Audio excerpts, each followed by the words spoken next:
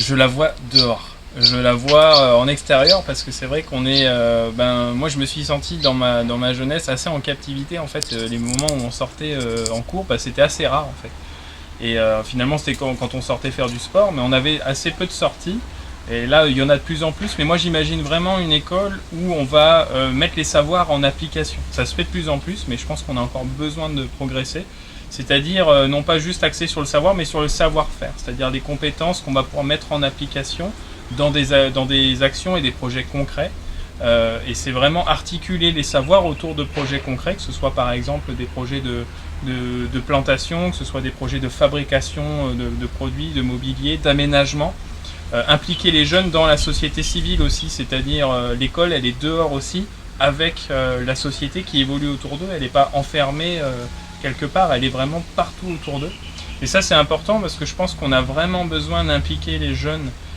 dans la société de manière générale, ne serait-ce que pour créer un sentiment d'appartenance, pour qu'ils participent à la vie publique de plus en plus au travers des associations, mais aussi au travers d'actions caritatives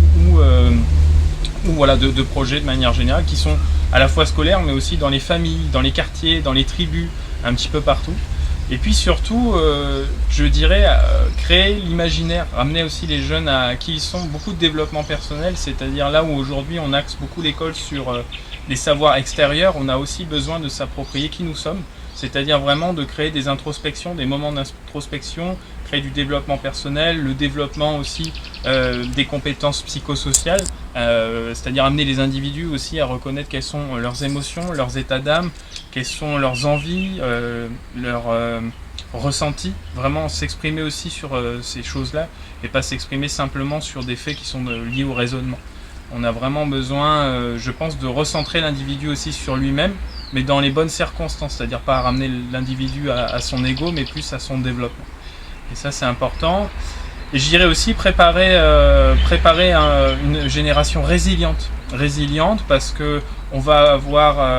affaire à de plus en plus de sollicitations, notre environnement il change de plus en plus, on va avoir besoin de reconnecter l'individu avec la nature et c'est pour ça que je pense que l'école elle va être dehors de plus en plus parce qu'on a besoin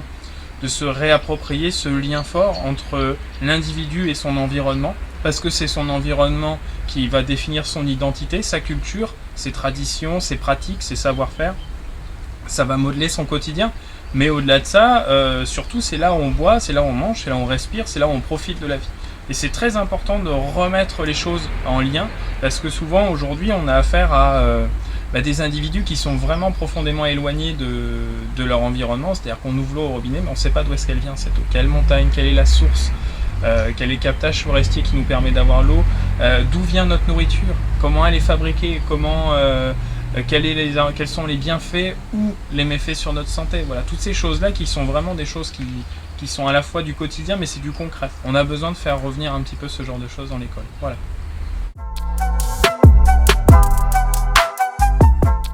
Moi j'ai un parcours un peu particulier. J'ai arrêté l'école après mon bac. Parce que j'ai eu des soucis familiaux et donc j'ai dû aller travailler pour pouvoir subvenir aussi aux besoins et puis du coup j'ai été lancé dans le concret parce que je suis passé direct de l'école au travail et j'ai dû apprendre un peu le milieu professionnel parce que j'avais pas fait de stage en entreprise ou autre, donc là j'ai vraiment été lâché dedans. C'était très formateur parce que pour le coup je pense qu'en entreprise on a beaucoup de choses à apprendre et c'est aussi pour ça que l'école en alternance avec des moments en entreprise, pour moi c'est un modèle je trouve qui est assez pertinent parce qu'il y a les savoirs à l'école, les savoir-faire en entreprise avec toute cette notion aussi de comment fonctionne le monde de l'entrepreneuriat et ça c'est hyper intéressant. Et puis après du coup au bout d'un moment j'avais envie d'évoluer et puis justement de monter un peu en compétences et c'est là que j'ai passé un diplôme en validation d'acquis en expérience professionnelle. Et donc là j'ai écrit un mémoire sur ce que je faisais dans mon parcours pro et les compétences que j'ai développées et je les ai mises en relation avec un diplôme pour pouvoir obtenir ce diplôme et pouvoir continuer d'avancer dans mon parcours professionnel. Et en même temps que j'ai fait ça, en fait j'ai créé mon association dans l'environnement qui s'appelle Kalédo Clean avec un groupe de potes. C'était un petit projet au départ dont l'objectif était de nettoyer notre pays parce que comme beaucoup de pays mondialisés, en fait on a aujourd'hui énormément de déchets qui se baladent un peu dans la nature. On s'est dit voilà, nous en tant que jeunes on nous dit tout le temps que c'est nous l'avenir, et l'avenir ça se construit pas sur les déchets, donc on a été nettoyer notre île, progressivement, donc on était juste 5 à aller ramasser les canettes sur le bord des routes au départ, et puis petit à petit, avec l'aide des entreprises, des bénévoles, des volontaires, des institutions, petit à petit on a développé une association qui a grandi, qui a aussi pris à charge le reboisement. Maintenant on plante des arbres pour reboiser notre pays, donc ça c'est vraiment cool aussi. Et puis forcément, devenant de plus en plus active et ayant de plus en plus de missions, notre association, au bout d'un moment, il a fallu qu'on change un peu le système et qu'on en fasse un emploi à temps plein, parce qu'en fait c'est énormément de travail. Et donc c'est devenu mon job maintenant, donc je fais le travail de mes rêves dans l'associatif, avec toutes les belles personnes qui m'entourent, et ça lance une vraie dynamique, parce que c'est vrai que la thématique environnementale elle est transversale, elle connecte vachement les êtres humains, et ça c'est très sympa, on fait toujours de belles rencontres, et puis surtout on se sent utile, et ça c'est important parce que ça nous reconnecte aussi avec la société avec laquelle on évolue et à laquelle on appartient finalement.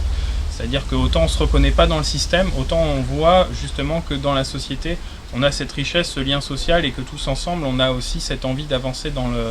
de bonnes dynamiques, et en fait c'est plutôt sympa.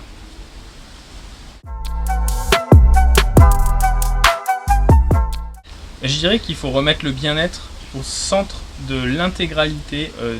des existences. C'est-à-dire qu'à un moment, il faut que chacun puisse se développer par rapport à ses propres aspirations profondes, combien même ça nécessite parfois de sortir de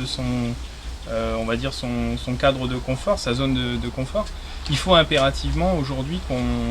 qu'on arrête de se fixer des faux objectifs. Le seul objectif, c'est d'évoluer en paix avec soi-même,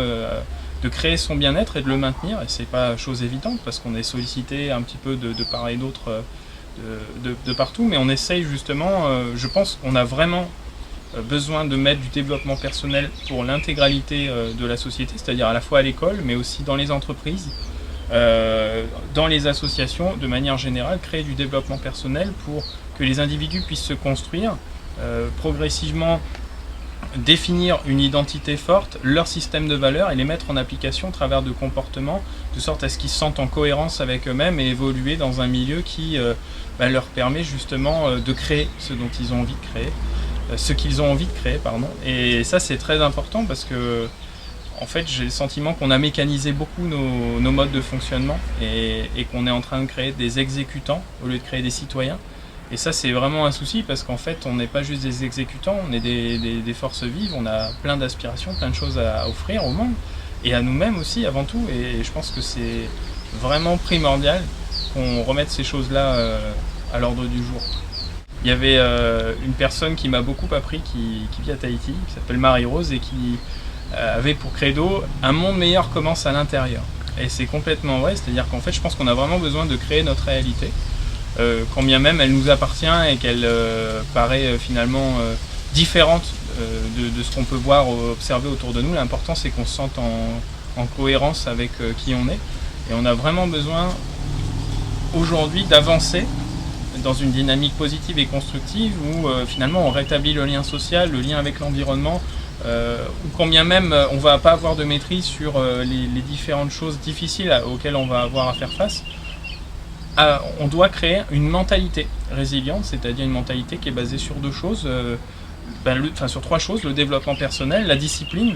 c'est très important aussi, et puis la morale, c'est-à-dire remettre beaucoup de morale pour pouvoir œuvrer avec bienveillance avec les personnes qui nous entourent, parce que on se construit pas seul, on se construit avec des gens autour, ils fonctionnent différemment de nous, et c'est pour ça qu'il faut apprendre comment nous on fonctionne, apprendre comment eux ils fonctionnent, et comment justement tous ensemble en complémentarité on arrive à œuvrer dans un objectif commun. Et surtout j'ai beaucoup aimé, il y avait une intervention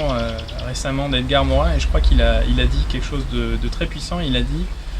aujourd'hui, on n'a toujours pas trouvé le sens de notre communauté de destin. Et ça, c'est une phrase qui m'a énormément touché. Je pense que